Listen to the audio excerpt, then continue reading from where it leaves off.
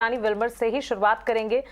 Q3 update आए हैं और फंडामेंटली अपडेट्स काफ़ी ज़्यादा अच्छे नज़र आ रहे हैं। अगर यहाँ पर वॉल्यूम ग्रोथ की बात करें, ऑलमोस्ट 15% की बढ़त देखने को मिली है। रेवेन्यू ग्रोथ में भी सेंटिमेंट्स जो है सुधर कर आए हैं, 7 से 9% के बीच है। शहरी और ग्रामीण डिमांड दोनों अगर देखें, रूरल डिमांड भी और अर्बन डिमांड भी अच्छी नज़र आ रही है, जिसके चलते इनके अपडेट्स में एक पॉजिटिव फैक्टर तो नज़र आ रहा है। एक बार स्टॉक का चार्ट चेक कर बताएं, अडानी विल्मर के स्टॉक में कितना कन्विक्शन है? स्टॉक्स की अपडेट की बात करें तो पॉजिटिव आई है, बट टेक्निकल स्ट्रक्चर इतना स्ट्रांग नहीं है। स्टॉक में वीकनेस देखने को मिल रही है, लेकिन फिर भी मेरी नज़र होगी 600 के लेवल पर, जो इसका 20 टाइम मूविंग एवरेज है। अगर उसका इस न्यूज़ के चक्कर में अगर ये 600 के ऊपर ट्रेड करने में कामयाब होता है तो शायद एक ट्रेंड रिवर्सल देखने को मिल सकता है। स्टॉक में पॉजिटिव मोमेंटम देखा जा सकता है for the target of 660 700, but for timing avoid करना चाहिए, क्योंकि अभी फिलहाल 600 के नीचे इसमें वीकनेस नजर आ रही है।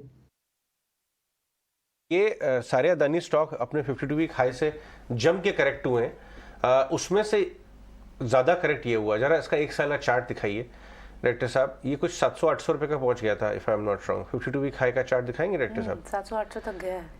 ये देखिए 840 के ऊपर का भाव था, ये वहां से 550 में आ रहा है।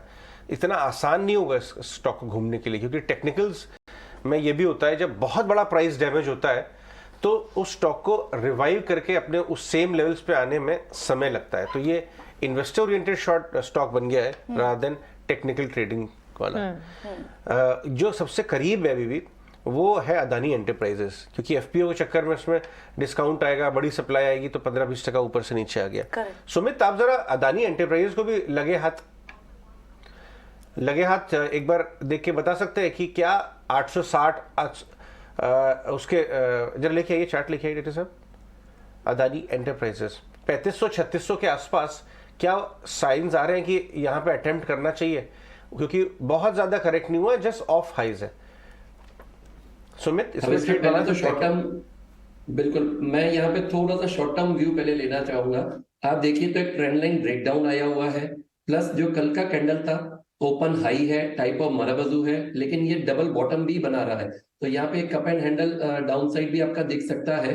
तो यहाँ पे कॉशियस रहिए, कल का स्टॉप लॉस रखिए हाई का, और यहाँ पे अगर कल का लो ब्रेक हो रहा है तो डाउन साइड का मूवमेंट आ सकता है। डाउन साइड में अगर हम देखें तो जो मेरा पहला टारगेट रहेगा दैट विल बी अराउंड 3450। ठीक है, तो ये तो अदानी एंटरप्राइज पर एक व्यू है।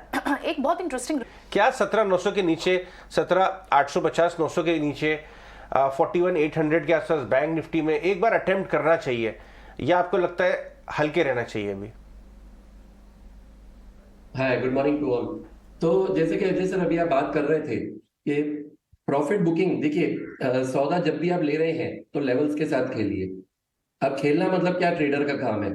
तो यहाँ पे लेवल्स बहुत इंपॉर्टेंट होती है। मंडे के सेशन में भी हमने बोला था कि यहाँ पे रेजिस्टेंस बहुत इंपॉर्टेंट है 18,150, और वहीं से ही मार्केट ने एक रिवर्सल दिखाया। अभी भी आप देखिए कल के सेशन में काफी अच्छा एक डाउनसाइड दिखा, लेकिन पिछला जो 2 घंटे रहा वहां पे मार्केट ने थोड़ी सी स्टेबिलिटी दिखाई, ट्राइड टू रिवर्स। और जबकि आप लास्ट एक कैंडल देखेंगे जो 30 मिनट्स की कैंडल बनी है, वहां पे एक वॉल्यूम आया था।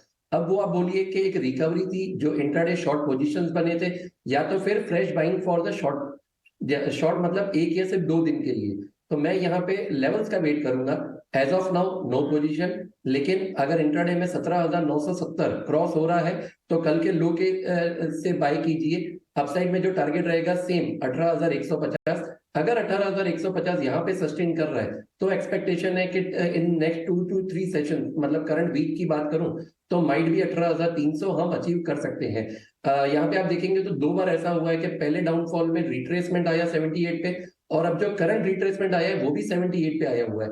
तो कहीं ना कहीं एक टेक्निकल पुल बैक का मैं आशा रखता हूं। लेकिन इसी तरह से मार्केट भाव भगवान से जिसको हम बोलते हैं, तो 17,800 जो अभी तक डबल बॉटम का काम कर रहा है, इन केस अगर 17,800 टूट रहा है और सस्टेन कर रहा है तो फिर नीचे में भी ध्यान रखिए।